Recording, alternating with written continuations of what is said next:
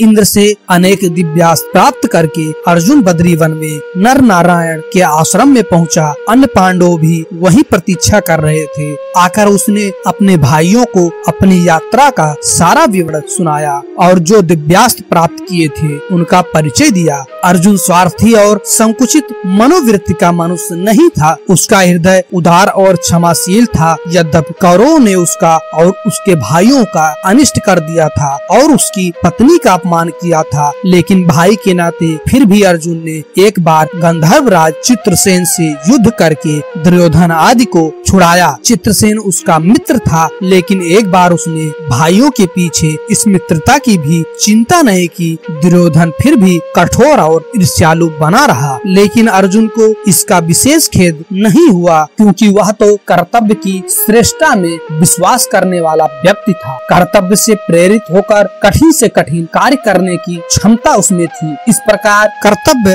रायणता का परिचय उसने उस समय दिया था जब वह अज्ञातवास के समय राजा विराट के यहाँ ठहरा हुआ था और कौरवों ने विराट के ऊपर आक्रमण कर दिया था। झूठा दंभ भरने वाला उत्तर उस समय अर्जुन को सारथी बनाकर युद्ध के लिए ले गया था, लेकिन वह कौरवों की सैन्य शक्ति देखकर डरकर भागने लगा। तब अर्जुन ने उसे रोककर कौरवों का स्वयं सामना किया। इससे स्पष्ट हो जाता है कि अर्जुन को किसी व्यक्ति विशेष से लगाव नहीं था, बल्कि कर्तव्य, न्याय और सत्य की भावना ही उसके जीवन के लिए प्रेरक शक्तियाँ थी। फिर अभिमान तो उसको छू तक नहीं गया था। बड़े से बड़ा कार्य करके वह अपने पराक्रम की डींग नहीं मारता था। दूसरों को प्रशंसा करते हुए सुनकर भी वह कुछ नहीं बोलता था। अर्जुन नम्र और विनयशील भी था। वह श्री कृष्ण के पूछे बिना कोई कार्य नहीं करता था और उन्हें अपना सच्चा सखा मानता था। कृष्ण ही उसकी विजय के आधार थे।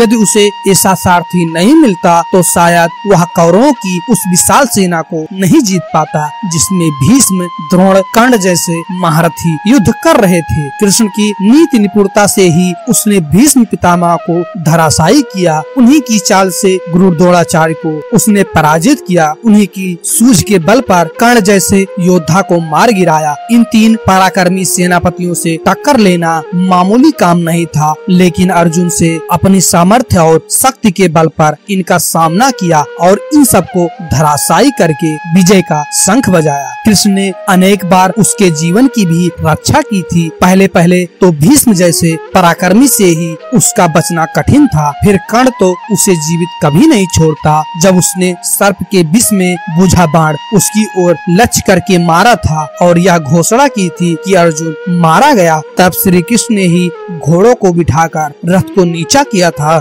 जिससे वह भयानक बाण अर्जुन का मुकुट काटकर ही निकल गया था। नहीं तो उस दिन उसके जीवन का अंत था। इस तरह अनेक स्थलों पर हम अर्जुन के जीवन में कृष्ण की महत्ता पाते हैं। कृष्ण के उपदेशों के फलस्वरूप ही वह निष्काम कर्मयोगी हो गया था। कर्तव्य के आगे सुख और दुख एक जैसे ही उसको दिखाई पड़ते थे। इसी उपदेश की शक्ति से वह पूरे महाभारत युद्ध में कभी विचलित नहीं हुआ। हम पहले ही देख चुके हैं कि स्वार्थ तो उसके हृदय पर कभी अधिकार नहीं जमा सकता था। इंद्र ने उसे इंद्रपुरी में रहकर ऐश्वर्य भोगने के लिए कहा था, लेकिन अपने सुख के लिए उसने भाइयों का तिरस्कार नहीं किया। वास्तव में वह पूरा साधक था। एक बार जिसकी भी दृढ़ कल्पना अपने हृदय में कर लेता था, फिर कोई भी शक्ति उसे उस मार्ग से हटा नहीं पाती थी। इसी प्रकार उर्वशी के ऊपर कामासक्त न होकर उसने अपने अखंड ब्रह्मचर्य का परिचय दिया था। इस तरह से देखा जाए तो वह जितेंद्रिय था। उसको अपने मन पर अधिकार था और जब कभी किसी प्रकार का संशय उठता भी था तो कृष्ण उसको दूर करने के लिए उसके पास रहते थे। उसके किसी के साथ प्रणय संबंध जोड़ने में भी एक प्रकार गौरव रहता था। छिपकर प्रेम करना तो उसे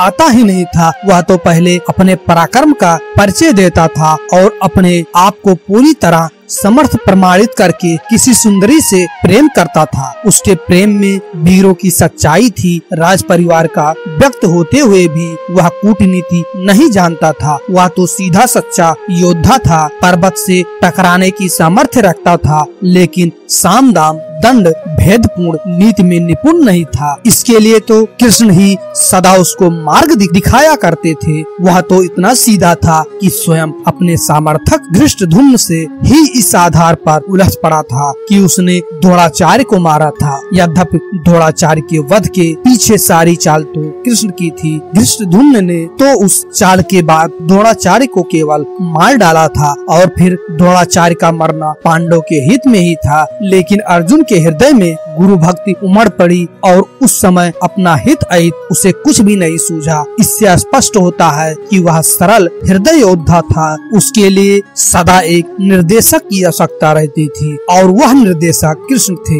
यदि वे न होते तो गीता का उपदेश सुनने के पश्चात भी हो सकता था अर्जुन स्वयं जनों की मृत्यु देखकर विचलित होकर युद्ध भूमि से चला जाता। लेकिन कृष्ण ने सदा उसको उचित मार्ग पर लाए रखा। इस तरह भावुकता अर्जुन ने चरित्र में एक स्थिरता के रूप में थी, लेकिन सरल हृदय व्यक्तियों में यह स्वाभाविक ही है।